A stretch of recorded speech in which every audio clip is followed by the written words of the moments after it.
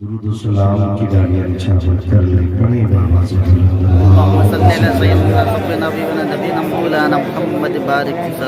सय्यदना व शफीअना व नबीना मुहम्मदिन व अलिल जुद वल करम व आलिहि व अस्हाबिहि व बारिक वसल्लम सलातन व सलामन अलैका या रसूलल्लाह सल्लल्लाहु तआला अलैहि वसल्लम। मैं तहे दिल से मुबारकबाद पेश करता हूँ हुसैनी सुन्नी कमेटी के जुमला अफराद को जिन्होंने इस अजीम महफिल का इनेकाद किया और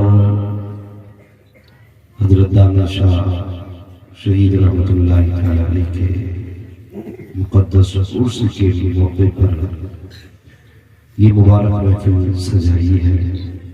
वरना अक्सर देखने को मिलता है कि अब मज़ारात पर ज़्यादातर तमाशे होते हैं।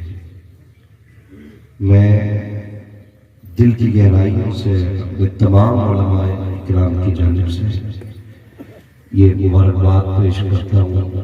यकीनन आपने एक बुजुर्ग की कुर्बत का हक अदा किया है। अल्लाह हम सबकी कोशिशों को मेहनतों को अपनी बारगाह में कबूल फरमाए और यकीनन इसी का नाम मसलके अहले सुन्नत मसलके आला हज़रत है। वरना कई सारे मज़ारात पर बैठने वाले मुजाहिरों ने तो मसलके आला हज़रत का नाम बदनाम कर रखा है। गलती उन्होंने की है, गालियां बरेली वालों को सुनने मिलती हैं। मुझे खुशी हो रही है, मैं आपके लिए क्या कहूँ। बस मैं इतना कहूँगा, अल्लाह हम सबको बरेली वाले के सत्ते में मुस्तफा का मदीना दिखा दे। ये जो हालात बिगड़ते जा रहे हैं उसके कहीं ना कहीं हम ही जिम्मेदार हैं। बच्चों, जवानों, बहुत गौर से मेरी बात सुनना। अगर बुजुर्ग तवज्जो दें तो उनकी भी मेहरबानी। यकीनन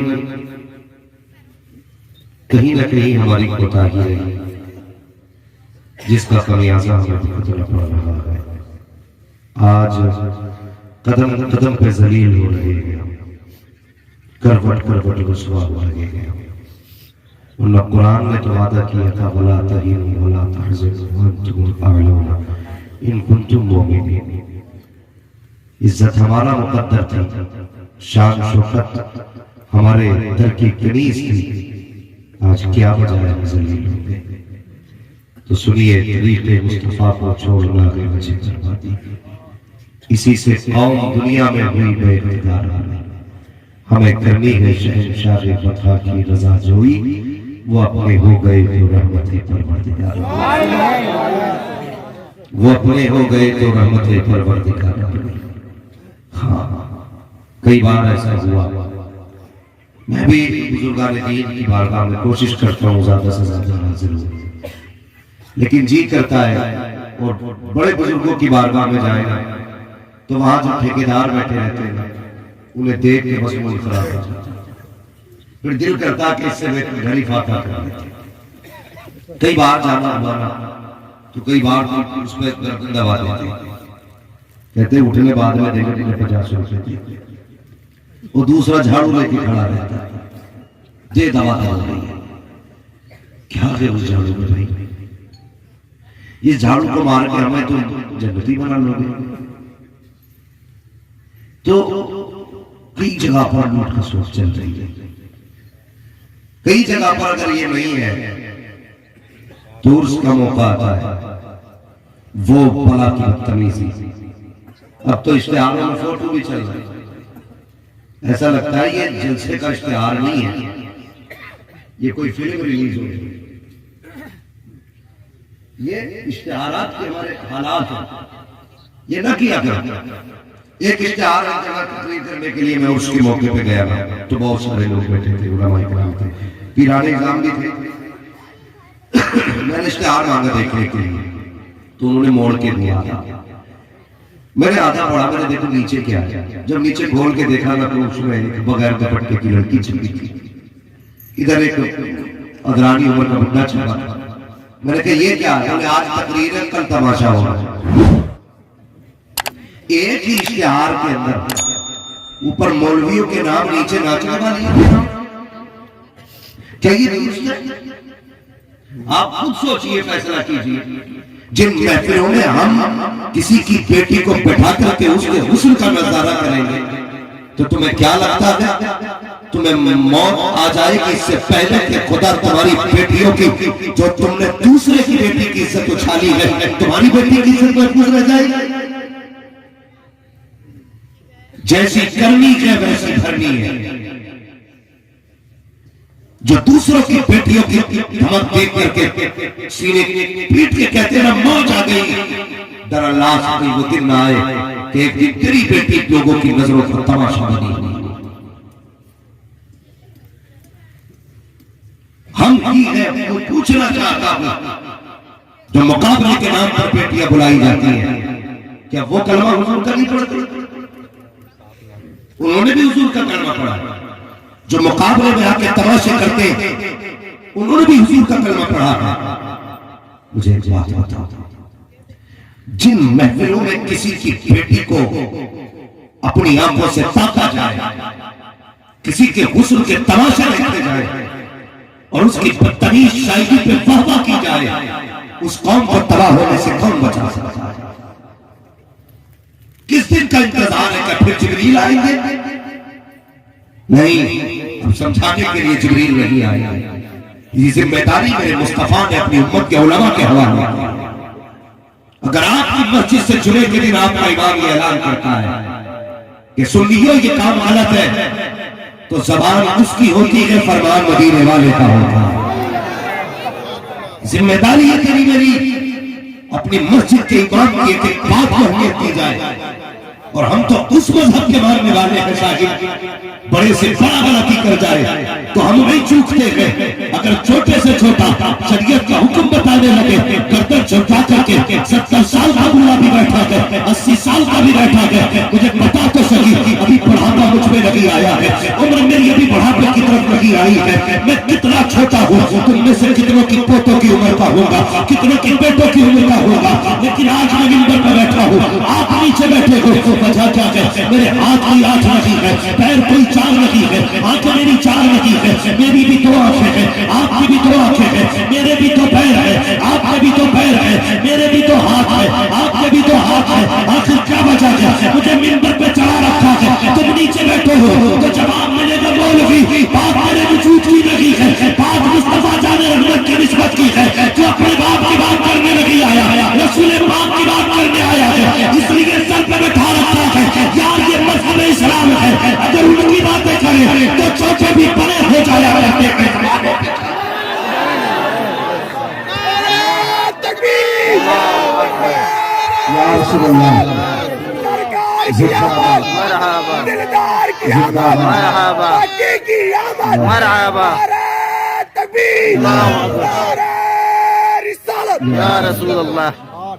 भाई अब जिब्रील का इंतजार ना करना। अगर ये रोक रहे हैं तो रुक जाओ, ये मना कर रहे हैं इसमें इनका फायदा नहीं है, आपका फायदा, आपका फायदा है। आपको तनख्वाह देनी है, पढ़ने जाओगे तब भी, ना जाओगे तब भी, शादी में डीजे बजाओगे तब भी आपको तनख्वाह देनी है, नहीं बजाओगे तब भी देनी है, किसी की बेटी को नचाओगे तब भी आपको पैसा देना है, नहीं नचाओगे तब भी पैसा देना। आखिर क्या पड़ी है इस मौलवी को? जुमे के जुमे खड़े होकर कहता है लोगों हुजूर के करीब आ जाओ, लोगों मुस्तफा के करीब आ जाओ।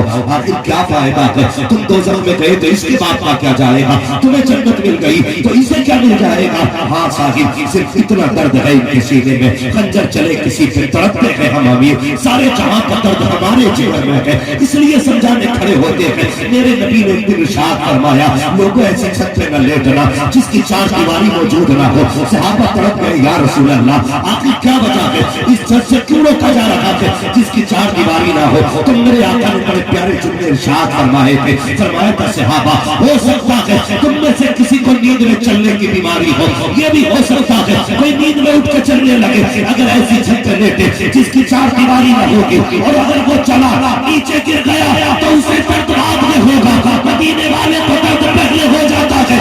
आका फरमाते हैं जब उम्मती के पैर में कांटा लगता है उम्मती को एहसास बाद में होता है, मदीने वाले को दर्द पहले हो जाता है।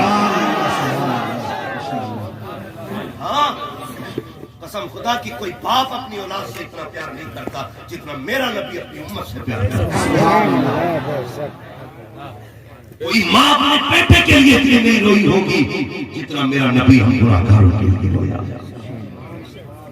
नहीं रोया होगा कोई भी, कितना रोया। अल्लाह पर तारीख पढ़ डाली। मैं सही बात कहता हूँ, मेरी तकरीर तबे याद में चढ़ती है। सबक क्या है वही कहता हूँ जो दिल पर गुजरती है। मैं कभी ये देख के नहीं आता कि आज कौन सा मौजूद सेट है, किस पे नारे लगे। बस मैं ये सोचता हूँ अल्लाह ने मुझे ये मिंबर दिया है, मैं इसका हक अदा कर जाऊँ। मेरी आवाज अगर आप सुनते हैं तो आप तक वो बात पहुंचाऊं जो मेरे नबी ने फरमाया था, बल्लिगू अन्नी वलौ, लोगों तक मेरी बात पहुंचाना। अगर तुम एक ही बात चाहते हो तो बताना लोगों को जो मैंने कहा। बस एक ही दर्द है जो जमाने में लिए कोई मरो।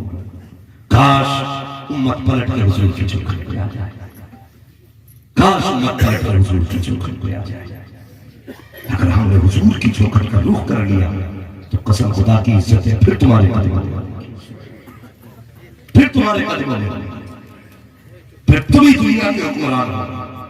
लेकिन शख्स पलट के उस महबूब की चौखट पर चलो जहां से किसी को खाली नहीं हटाया जाता। आज एक नेता मंत्री की बैठक में हम महीने महीने 6-6 महीने 3-3 4-4 साल इसलिए गुजारते हैं अगर ये राजी होगा तो कुछ दे देगा, ये सोच के गुजारते हैं। यार दिन में सिर्फ 10 मिनट महीने वाले को दे दिया, सिर्फ 10 मिनट। आप कहेंगे कैसे? मैं कहता हूं जब दुनिया सो जाया करे तुम रुख मदीने की तरफ क्या करो, कम से कम 100 बार मेरे नबी पे दुरूद पढ़ दिया। कोई बड़ा काम नहीं, कोई बड़ा काम नहीं, 10 बार दुरूद पढ़ो और फिर सो जाओ। ये वो कनेक्शन है मदीने से, अगर जुड़ गया ये देते ना बोली आटे की तो जिंदगी भर एहसान जता के कहते भूल गया तेरे घर में चावल नहीं थे, मैंने चावल दिए थे तुझे, वोट मुझे को देना है। अगर कोई नेता बैठा बुरा ना मानिए, मैं सिर्फ समझा रहा हूं। किसी भी अमीर की चौखट पे आप जाए वो देने के बाद जिंदगी भर एहसान जताएगा, लेकिन मेरे हुजूर की वो चौखट है जहां से देख करके एहसान नहीं जताया जाता। बरेली से आवाज आती है बड़े प्यारे अंदाज में, बरेली वालों ने बताया आता है फकीरों पे उन्हें प्यार कुछ ऐसा, खुद भीग के और खुद कहे मंगते का भाना, मंगता तो है मंगता कोई शाहों में दिखा दो जिसको मेरे सरकार से टुकड़ा ना गया। ये चाहता हम उस चौखट के फकीर बने जिस चौखट से कभी रसवा नहीं किया जाता, कभी जलील नहीं किया जाता। चल चल के उसकी चौखट पे आचार सुलह की चौखट पे, यही तो आज दिल दुखता है। मार्केट में जाओ तो लोग ये कहते हैं यार मुसलमान की दुकान से अच्छा है किसी गैर मुस्लिम की दुकान से सोना खरीदो। ये आम बात है। मैंने पूछा किसी ने, कहते हैं मुसलमान इतना काटता है कि वो 8 दिन की एक से ही निकालता। बात समझ रहे हैं कहना चाह रहा हूं?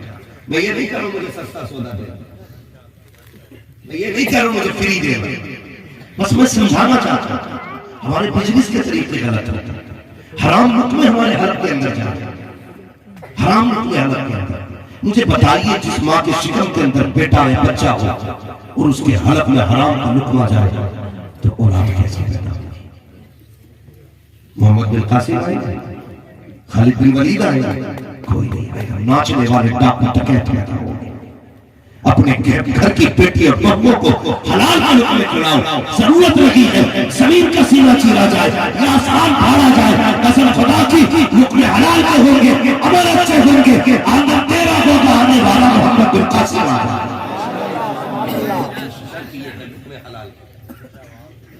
लुक्मे हलाल के भीड़ लगी है, आदमी दौड़ लगा रहा है। हाँ, स्टेज वालों में भी आग लगी। तैयब तो मुझसे कह चुके मुफ्ती साहब कितने प्लाट खरीद लिए, मेरे यही काम रह गया। भाई मैं प्लाट नहीं देखता हूं, मेरी नजरों में कितने ऐसे गरीब उम्मती हुजूर के जिनके घर के खर्चे मुश्किल से चलते हैं। प्लाट खरीदो के रखे रह जाएंगे यार। कौन आएगा कब्रों पर प्लाट लेकर के तुम्हारे? किसी गरीब का चूल्हा जला दो, जब तक कयामत आएगी रहमतें तेरी कब्र में उतरती नजर आएगी। हर बंदे को आग लगी आगे बढ़ने, और बंदा आगे जा रहा है, नहीं मुझे इससे ऊंचा बिल्डिंग बनानी है, मुझे इनसे आगे अपना मकान की लाइटिंग करनी है। क्या करोगे लाइटिंग करके? हमने उस मकान को इतना सजाया, इतना सजाया, जिंदगी लगा दी जिसकी एक पल की कीमत नहीं थी। नौजवानों, मौत के लिए ये जरूरी नहीं है कि बुढ़ापा मुकर्रर हो, ये जरूरी नहीं है कि जब दांत उखड़ेंगे तभी मौत आएगी, ये जरूरी नहीं है कि बाल सफेद होंगे तब मौत आएगी, ये जरूरी नहीं है जब कमर का दर्द बढ़ेगा तब मौत आएगी। मौत कभी भी आ सकती है। मैंने बारात की बारातें तबाह होते देखी, मैंने शेरापा के दूल्हा को मरते देखा, मैंने यारों के हुजूम में मौज करने वालों को मौत की गोद में जाते देखा है। गारंटी है नहीं मरेंगे। हादसे होते हैं, एक एक्सीडेंट हुआ, पूरा चेहरा रोड पे चिपका हुआ था, पता नहीं चल रहा था कि किसकी लाश है। जब मौत ऐसी होती है ना, तो फिर पहचान के लिए लोग कपड़े उतार के चेक करते हैं, बताओ ये किस कौम से ताल्लुक रखने वाला है।